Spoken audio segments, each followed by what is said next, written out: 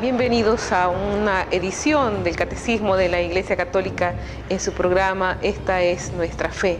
Como siempre, antes del programa iniciamos con una reflexión del Papa Emérito Benedicto XVI sobre la meditación de los Evangelios diarios, que el día de hoy corresponde al Evangelio de San Juan, capítulo 16, versos 16 al 20.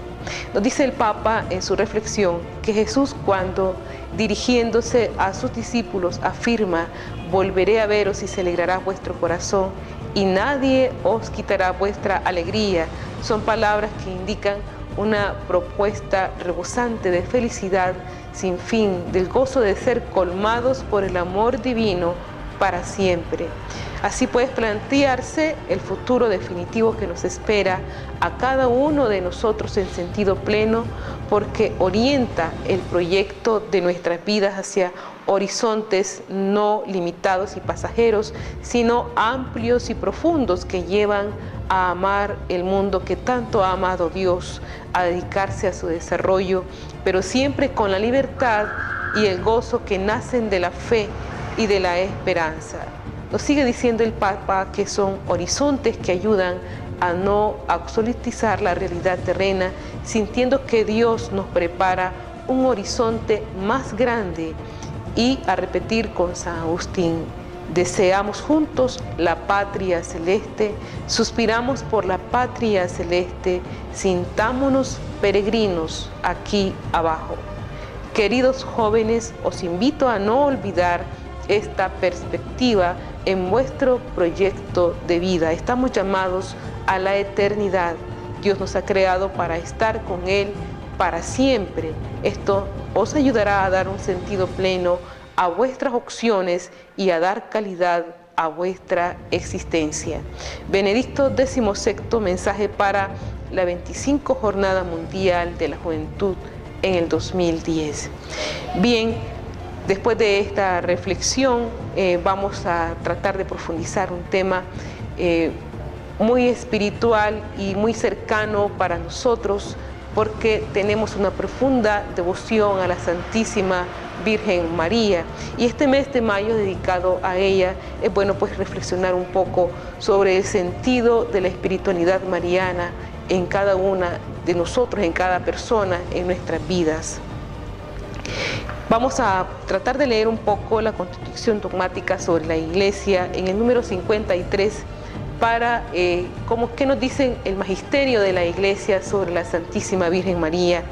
Y ellos nos dicen: la Virgen María, que según el anuncio del ángel recibió al Verbo de Dios en su corazón y en su cuerpo y entregó la vida al mundo, es conocida y honrada como verdadera Madre de Dios Redentor, redimida de un modo eminente en atención a los futuros méritos de su Hijo, y a Él unida con estrecho e indisoluble vínculo, está enriquecida con esta suma prerrogativa y dignidad: ser la Madre de Dios Hijo y por tanto la hija predilecta del Padre, y el sagrario del Espíritu Santo, con un don de gracia tan eximia, antecede con mucho a todas las criaturas celestes y terrenas.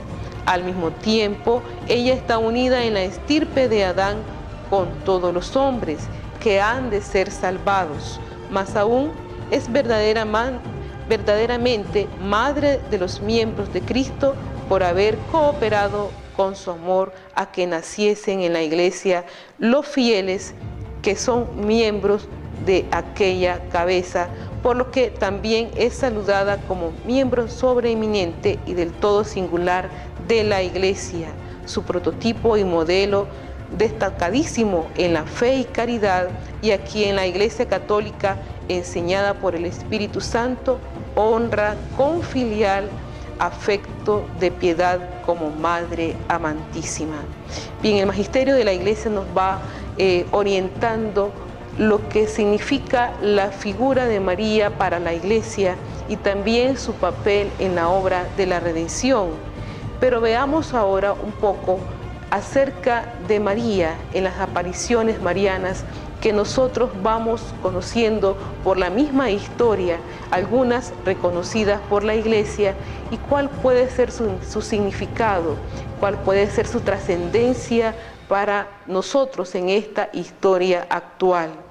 Dios quiere responder a una necesidad de ternura del mundo contemporáneo, revelando su realidad materna y compasiva a través del envío de la madre de su Hijo, atendiendo a algunas apariciones marianas que ya han sido reconocidas por la Iglesia.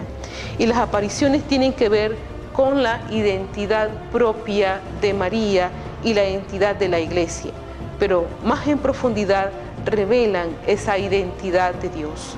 Para entender la revelación es necesario iniciar lo que ha significado en la historia del mundo contemporáneo, en particular en el siglo XX que acabamos de concluir, y ya vamos, como nos decía el Beato Juan Pablo II, cruzando el umbral de la esperanza. Estamos ya en el siglo XXI, pero ¿qué ha significado en un contexto histórico? ¿Qué significó la historia en el siglo XX? Un siglo que se destacó por las guerras, un periodo muy sanguinario, este tipo de sentido que asentó la cultura de la muerte, guerras fratricidas entre hermanos, millones de personas. Las apariciones tienen que ver con la identidad de María y la identidad de la Iglesia, pero más en profundidad con la identidad de Dios. Para entender esta revelación es necesario, pues, leer un poco la historia en el mundo contemporáneo y lo que significó para el siglo XX las guerras fratricidas que marcaron para el mundo una evolución de una cultura de la muerte. Basta recordar un poco los 35 millones de mártires en las guerras. Se piensa solamente en los errores del fenómeno de las guerras bélicas que sacudieron el siglo XX. Y jamás en la historia se había perpetrado pues tanta masacre en tan grandes dimensiones. Pero nos hacemos la pregunta, ¿qué se puede hacer ante esta insensata cultura de la muerte que no da ninguna señal de arrepentimiento? No podemos ciertamente hacer las veces de Dios y sugerirle lo que tiene que hacer para salvar el mundo. Lo que tenemos que hacer es reconocer cómo en nuestra época, en vez de intervenir personalmente, Dios prefiere enviar dentro de la historia humana a María como mensajera de oración, conversión y espiritualidad. Una cultura de la vida y sobre todo una cultura de la esperanza.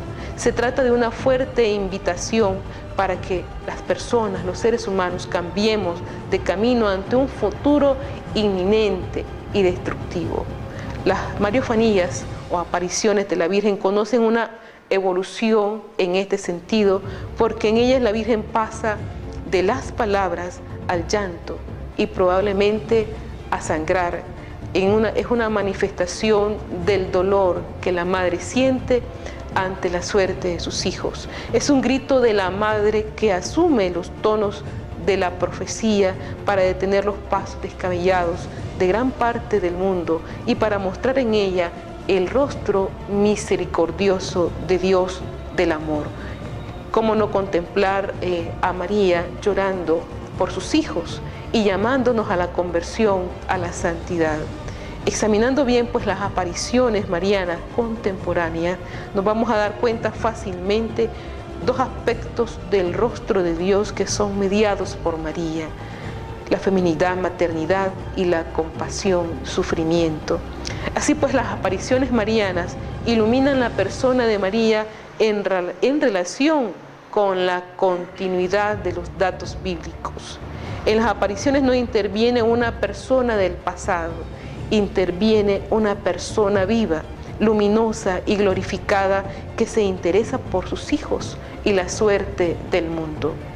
Ella no nos presenta un nuevo evangelio, al contrario, nos remite al evangelio, nos habla de oración y penitencia y va conduciéndonos a los sacramentos.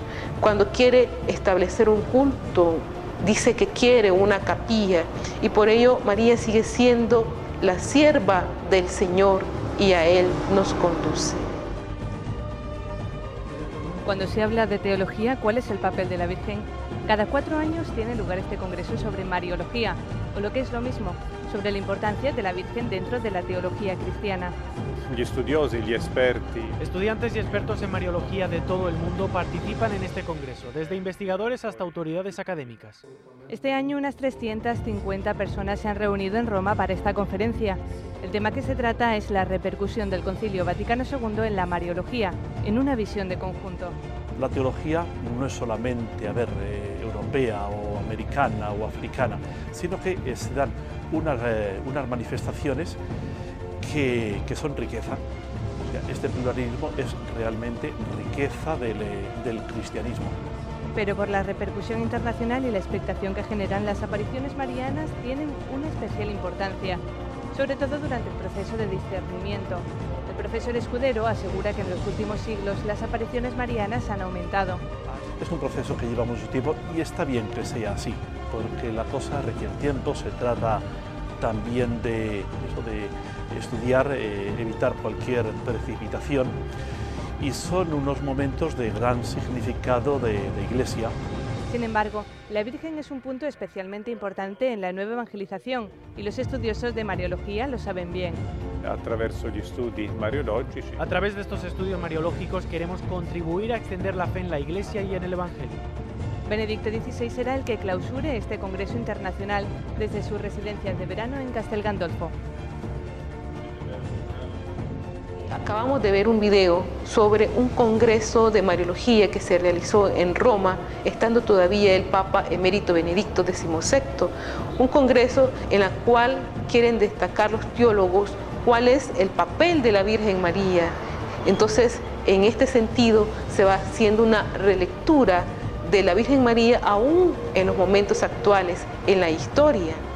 Veamos un poco el rostro materno de Dios, el primer aspecto que ya era muy interesante en la aparición de Guadalupe por la Conferencia Latinoamericana de Puebla en 1979, lee como un signo materno del Dios cercano. Desde los orígenes, en su aparición y advocación de Guadalupe, María constituyó ese gran signo del rostro maternal y misericordioso, y sobre todo de la cercanía del Padre y de Cristo, con quien ella nos invita a entrar en comunión.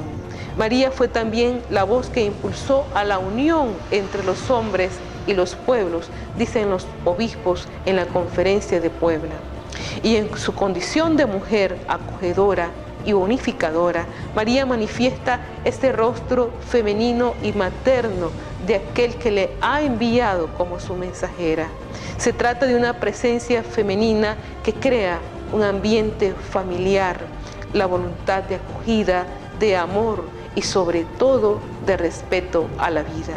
Es presencia sacramental entonces del rostro maternal de Dios. Es una realidad tan hondamente humana y santa que suscita en el creyente la plegaria de ternura, del dolor, de la esperanza.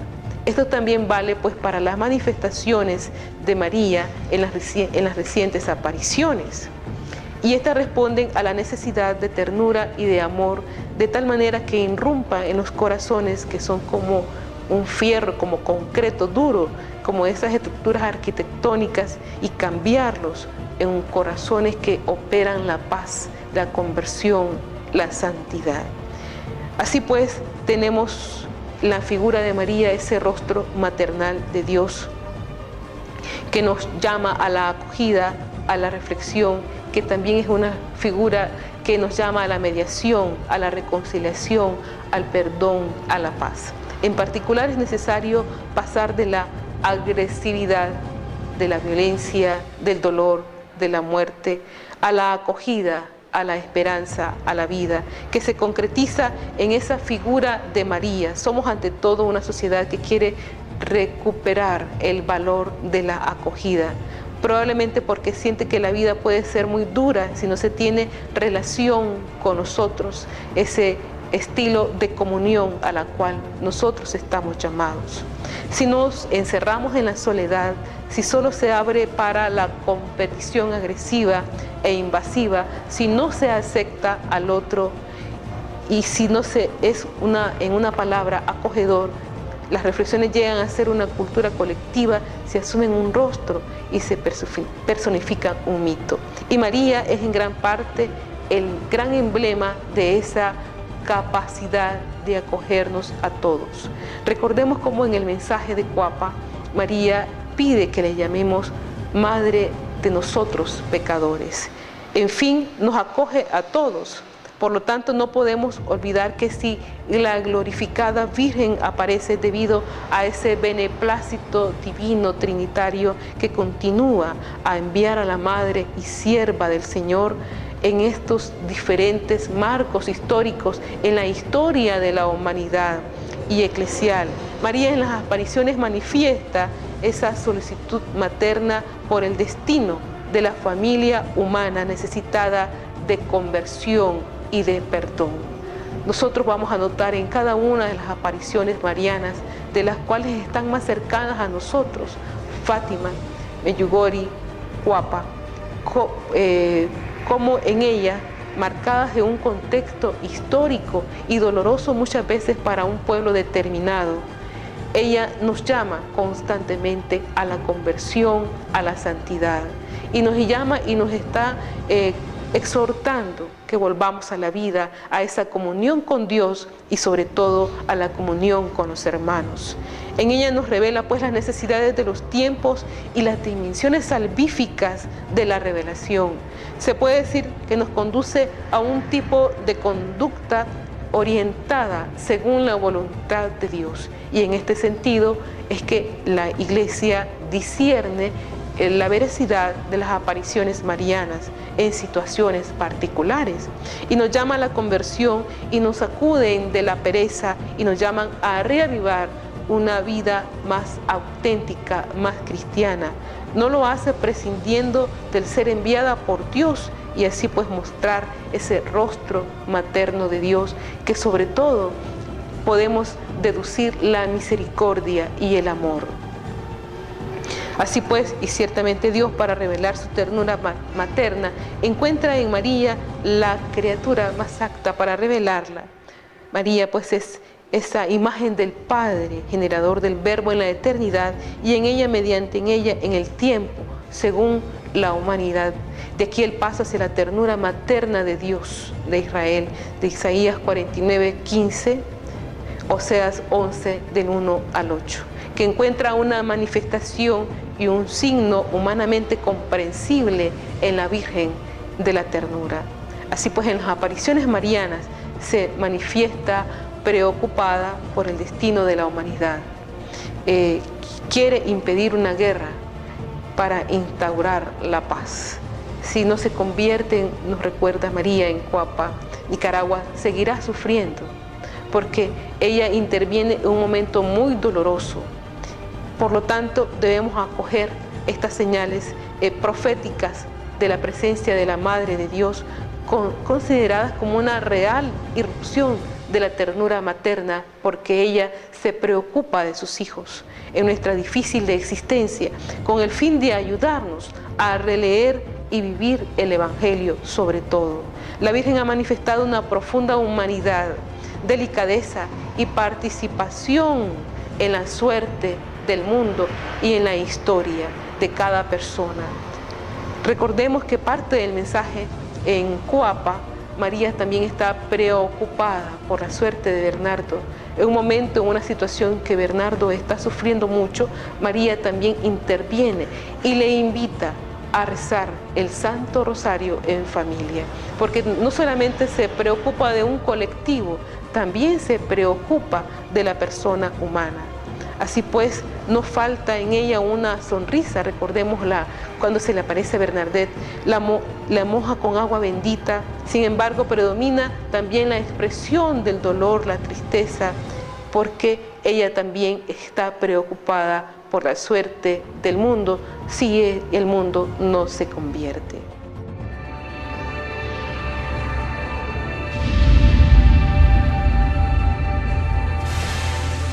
Les saludo con especial aprecio. Hablemos sobre las apariciones marianas.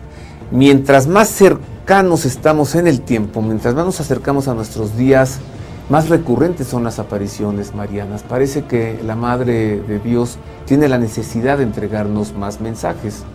La primera parece ser que fue Nuestra Señora del Carmen a San Simón Stock, hace más de 750 años. Luego vino Guadalupe a San Juan Diego en el Tepeyac, Lourdes, Fátima, y hay muchas más.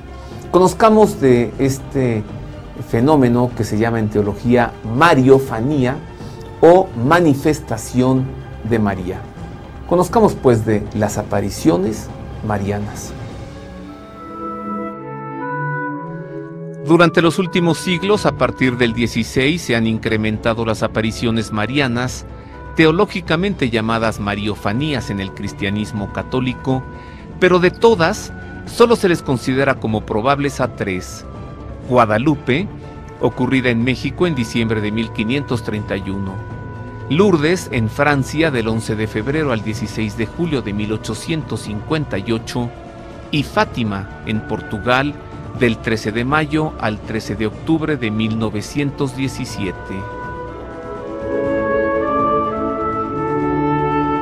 Ninguna manifestación mariana es dogma de fe porque pertenecen al ámbito de las revelaciones particulares y privadas, por lo que el creyente puede creer o no en ellas. A toda revelación privada corresponde un vidente. En el acontecimiento guadalupano es el indígena Juan Diego. En Lourdes, la niña Bernadette Subirú. Y en Fátima, los tres niños pastores, Jacinta y Francisco Marto, y Lucía dos Santos. Todos los videntes de las manifestaciones marianas tienen en común la sencillez, pobreza e ignorancia, lo que les imposibilita para interpretar por sí mismos el contenido de los mensajes y para agregar significado a las revelaciones visuales y auditivas que ellos reciben. María de Guadalupe se presentó como la Madre del verdadero Dios, Nuestra Señora de Lourdes como la Inmaculada Concepción y la Virgen de Fátima como la Virgen del Rosario.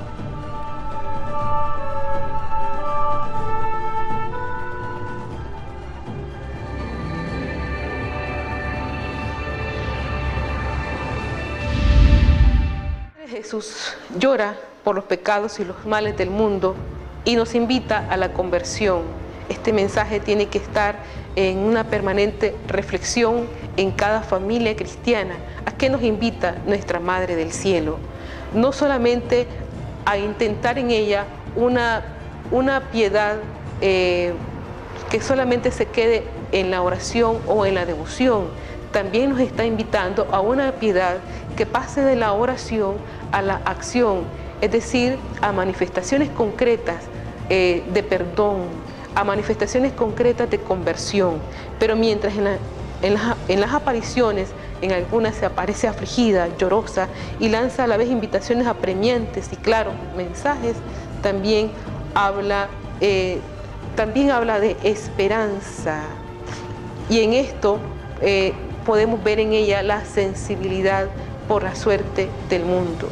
Sin duda María, pues, también es en el cielo eternamente feliz y no sufre ni dolor ni tristeza, pero no permanece insensible, antes bien alienta siempre amor y pide para el desgraciado género humano a quien fue dada por madre cuando dolorosa y llorando estaba al pie de la cruz donde pendía su hijo. La figura de María deja de este modo de ser considerada como una rutilante luz de alegría por la visión y la posesión beatífica del Dios Trinitario, pero encerrada en su felicidad inalterable y conjunta a una impasibilidad de tipo histórico.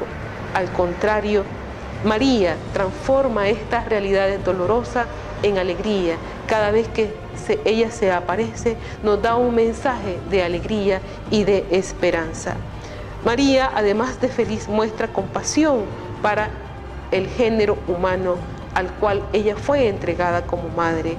Así pues, debemos en ellas, como decía el Papa Benedicto XVI en la exhortación apostólica Verbum Domini, muchos cristianos necesitan que se les vuelva a anunciar la palabra de Dios de forma persuasiva para poder experimentar de manera concreta la fuerza del Evangelio. Fátima es uno de los santuarios más grandes de Europa.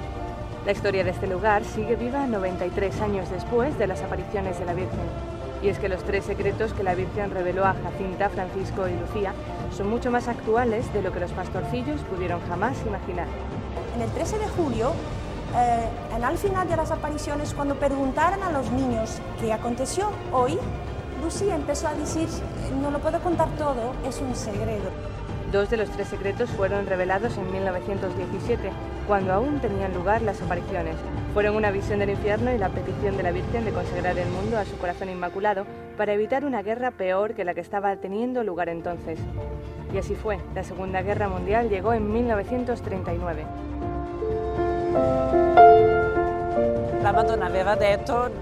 La Virgen dijo el 13 de julio de 1917 que si los hombres no se convertían, habría una guerra peor que la que estaba teniendo lugar.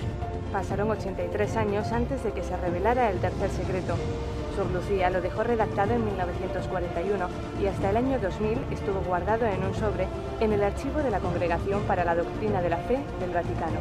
El 13 de mayo del año 2000, durante la beatificación de los pastorcillos Jacinta y Francisco y ante Sor Lucía, el Papa anunció que revelaría el secreto.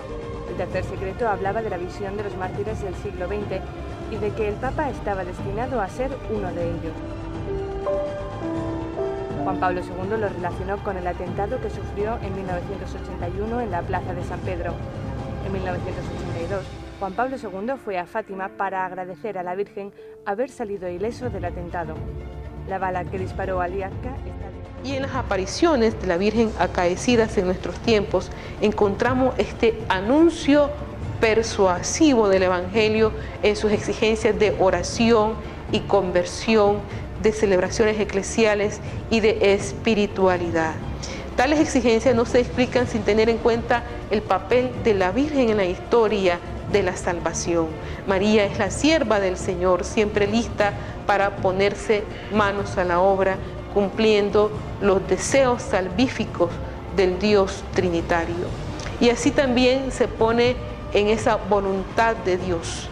Aun siendo glorificada en cuerpo y alma, no permanece indiferente ante el camino de sus hijos por los senderos tortuosos de la historia.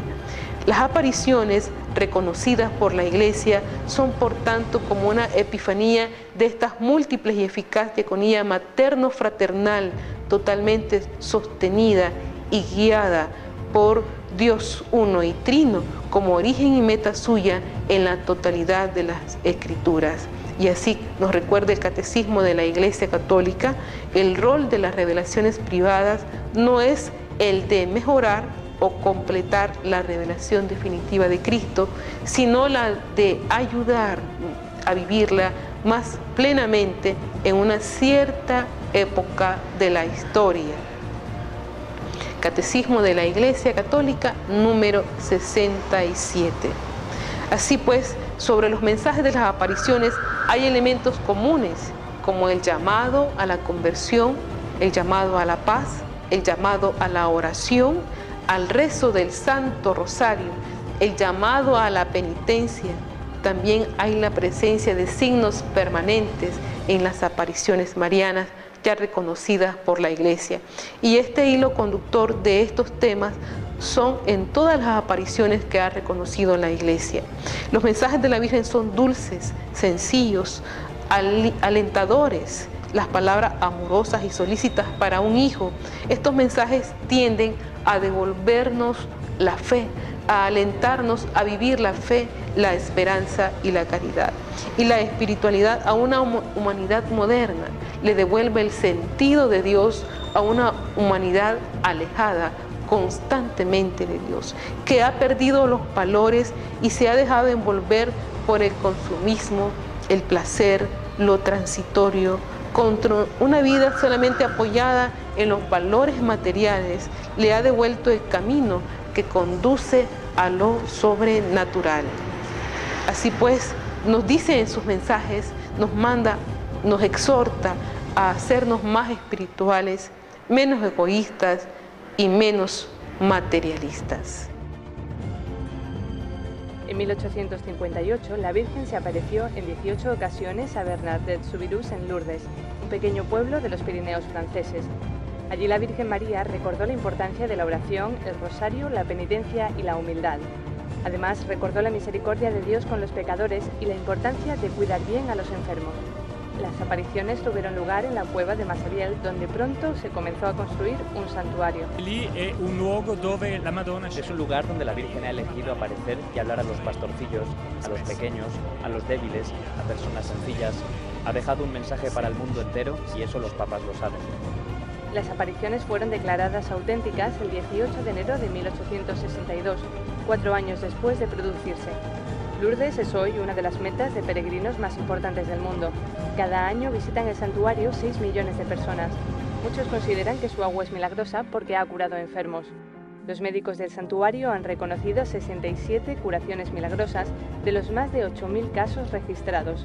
Problemas tan graves como una parálisis o enfermedades cardíacas han sido curados sin una explicación científica. La fiesta de Nuestra Señora de Lourdes se celebra el día de su primera aparición, el 11 de febrero. 2 papas han visitado el santuario, Juan Pablo II y Benedicto XVI.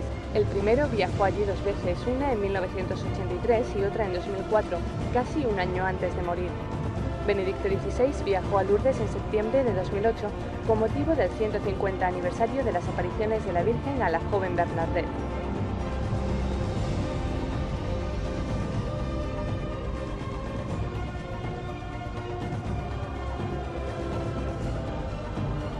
En 1858, la Virgen se apareció en 18 ocasiones a Bernadette-Soubirous, en Lourdes, un pequeño pueblo de los Pirineos franceses.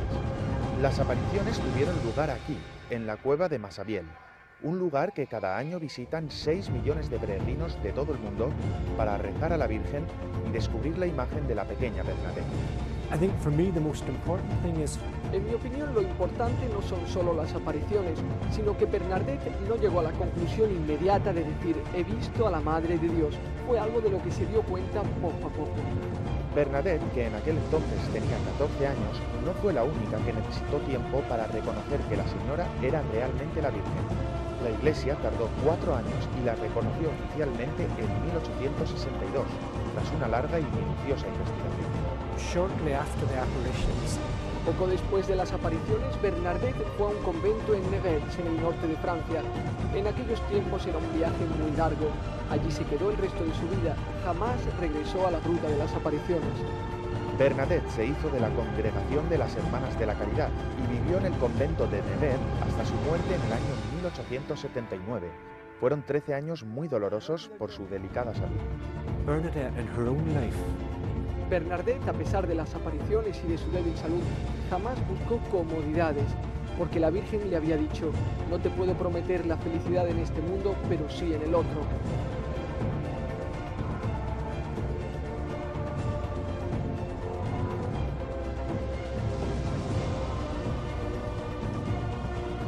Bien, el mensaje de las apariciones de hoy es, en un principio, un diagnóstico. Nuestro mundo moderno se ha abandonado tranquila, alegremente al pecado, se autodestruye. Las amenazas son graves. Las apariciones repiten lo mismo, con un lenguaje variado, a veces alarmante, más a menudo, a veces hasta secreto, como las apariciones de Fátima o en Medjugorje, donde no se habla de amenazas, sino de sus causas, como el pecado, el olvido de Dios, y también se habla y nos da los remedios, nos da, digamos, las pautas para volvernos a Dios y que estas situaciones alarmantes no sucedan. Otras apariciones evocan las divisiones que desgarran, por ejemplo, a América Central o la amenaza de una tercera guerra mundial. Recordemos el mensaje de Cuapa. Este diagnóstico se inscribe en una historia. El mundo ha creído encontrar la felicidad y la prosperidad liberándose de Dios. Y al principio del siglo XX, el cientifismo triunfante anunciaba que el infalible progreso de las ciencias y de la razón era lo que iba a generar la paz la prosperidad, la salud, que la ilusión de los hombres pendía a Dios. La ciencia iba a poner fin a las enfermedades, al hambre, a las guerras. Pero esta convicción equivocada no ha podido mantenerse mucho tiempo. El siglo que creía inaugurar una edad de oro desató las dos primeras guerras mundiales y mantiene viva la amenaza de una tercera guerra mundial, a cuya preparación se dedican nuestras industrias y las cifras más altas de los presupuestos. Y frente a este mundo de violencia, frente a un mundo sin esperanza, aparecen los mensajes de la Virgen llamándonos constantemente a volver el rostro hacia Dios. Recientemente, el cardenal de Sarajevo, Vinko Puldic, aseguró que el Vaticano se pronunciará oficialmente sobre las supuestas apariciones de la Virgen en Medjugorje.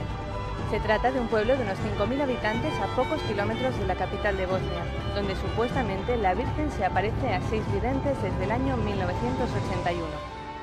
Cada vez que una diócesis o un número considerable de católicos lo solicita, el Vaticano abre una investigación sobre lo que la Iglesia llama una mariofanía, es decir, una supuesta visita de María a los hombres. Cuando se tiene noticia de una aparición, la Santa Sede pide al obispo del lugar donde sucede que forme una comisión de expertos, sacerdotes, psicólogos y canonistas, para saber si es una verdadera aparición o una mentira. A partir de entonces, la Conferencia Episcopal del país recoge los testimonios de los videntes. Este proceso puede durar años. La investigación es muy rigurosa. En ella se estudia la seriedad del vidente, su credibilidad, su salud mental y su adhesión a la fe de la Iglesia. Según Salvatore Perrella, las apariciones de la Virgen se producen en momentos especialmente difíciles para la Iglesia, el cristianismo o la sociedad.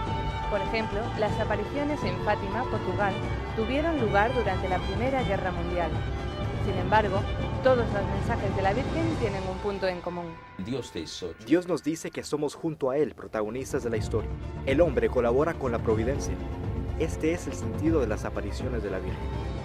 Pero la validez de una aparición no se limita al mensaje, sino que debe acercar a los sacramentos a los creyentes y curiosos que van al lugar de las apariciones. Se debe ayudar a los fieles que van al lugar de la aparición a que profundicen en la fe, a que encuentren a Dios en el sacramento de la Eucaristía y a que puedan confesarse. El actual proceso de investigación es muy similar al que se siguió con las apariciones de Lourdes o Fátima. Ahora el Vaticano lo aplica a casos como el de Medjugorje en Bosnia o el de la ciudad de Seftum en Malta.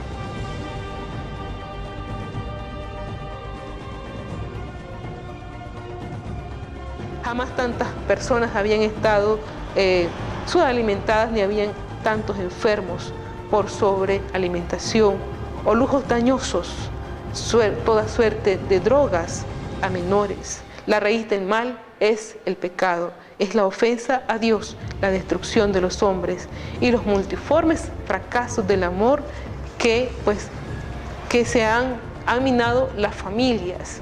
Y esto la Virgen lo tiene presente en Medjugorje. En nuestros países se disminuye el número de matrimonios, aumentan los divorcios, el número de parejas sin casar se triplica, los divorcios se multiplican, el número de matrimonios religiosos desciende. Nadie quiere un compromiso con Dios, nadie quiere un compromiso duradero que llame a la trascendencia, a una espiritualidad, porque se ha perdido el gozo por la fidelidad y el don de sí ha de estar objetivamente en el fundamento de la familia y de la sociedad, porque solamente se quiere lo transitorio, el placer. Entonces no se vive para la eternidad. Y en este mundo hecho guerra, hecho violencia, a las divisiones, la mayor parte de los mensajes nos recuerdan y nos insisten sobre la paz y sobre la reconciliación. Y en cada una de estas apariciones, la Virgen nos dice: yo soy la reconciliación de los pueblos, yo he venido a pedir la paz. Dios es principio y fin de toda paz, fe, conversión, oración. Y el mensaje de oración suele ir acompañado también por otra connotación, por otra dimensión que nos induce a la penitencia, como es el ayuno, que vuelve a servir de fundamento a la oración, a la pobreza evangélica, a la paz.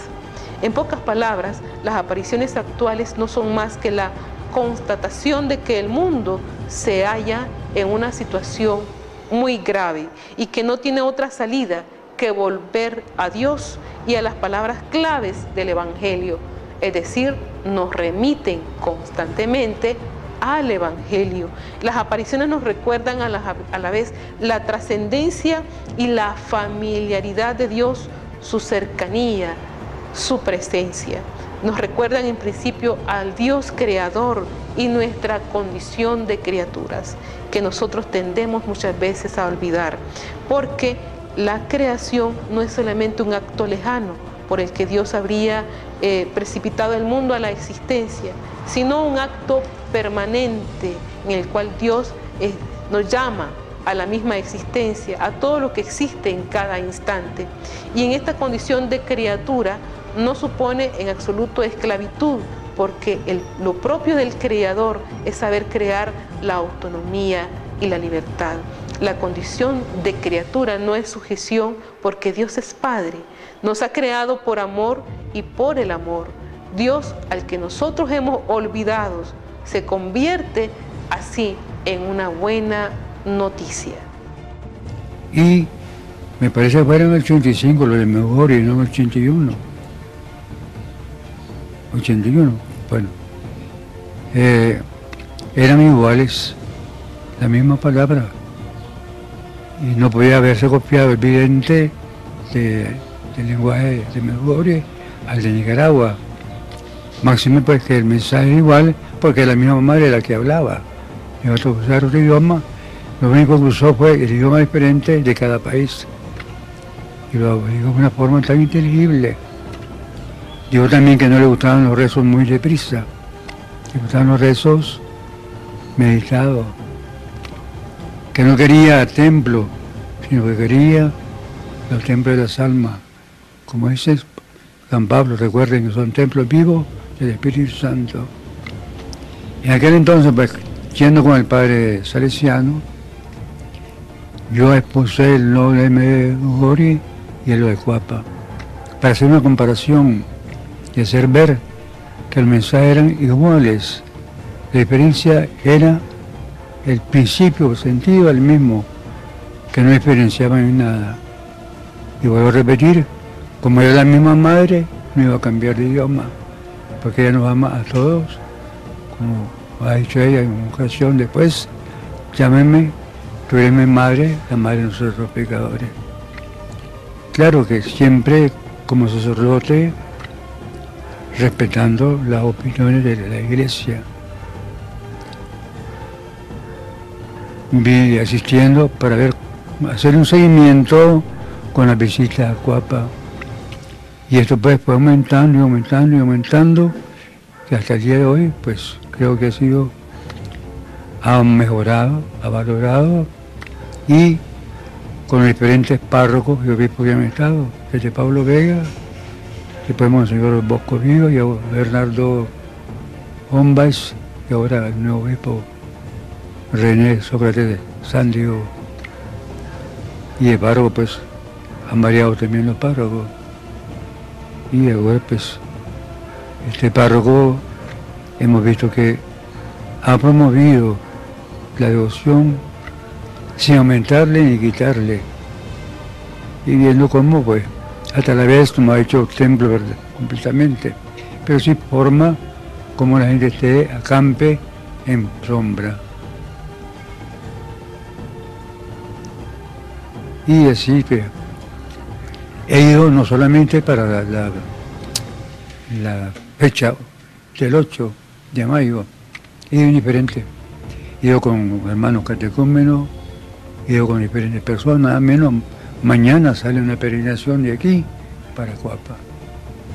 Si nuestra condición de criatura nos habla de la trascendencia de Dios, nos habla también de su proximidad, porque entre creador y criatura hay una convivencia profunda, al mismo tiempo que un lazo indisoluble.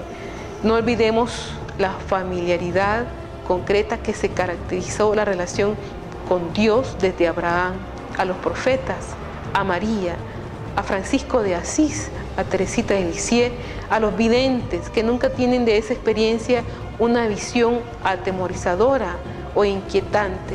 Al contrario, es sencilla, es serena, llena de paz.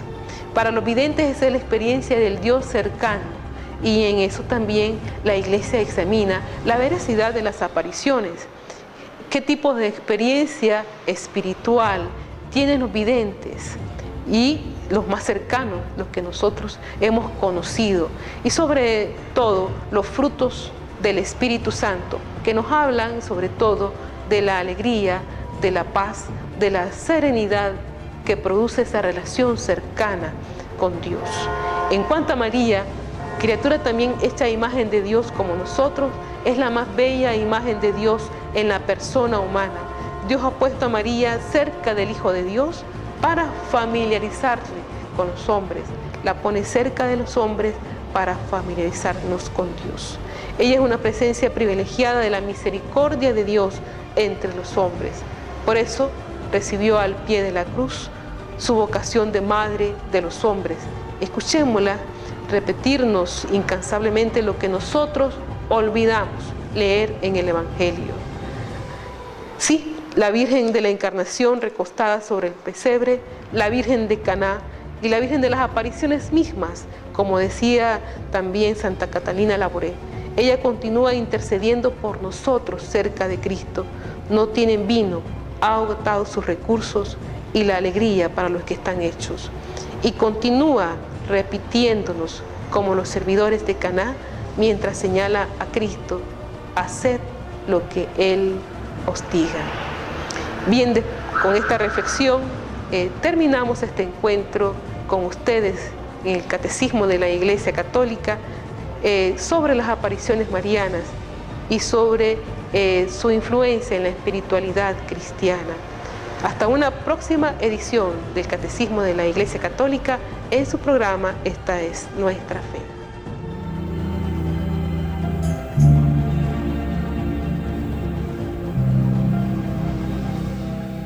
Hace muchos años, Jesús y su madre fueron invitados a una boda. Cuando de repente comenzó a faltar el vino, presurosa fue en busca de su hijo. Ay María, pídele a Jesús, dulce María. Jesús mío, no tiene vino, puedes tú hacer algo si acaba. Madre mía, ¿qué es lo que quieres? Yo aquí jamás podré negarte nada. Haga lo que Él les diga, haga lo que Él les diga, y abundante vino tendrán.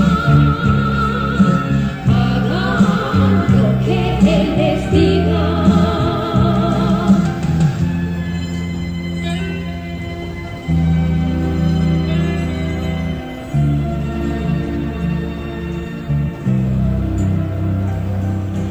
Madre, es imposible el negarte algo, me basta ver tus dulces ojos verdes. Cuando algo me pides, sé que has ido en auxilio de un pequeño que hacia ti se ha dirigido.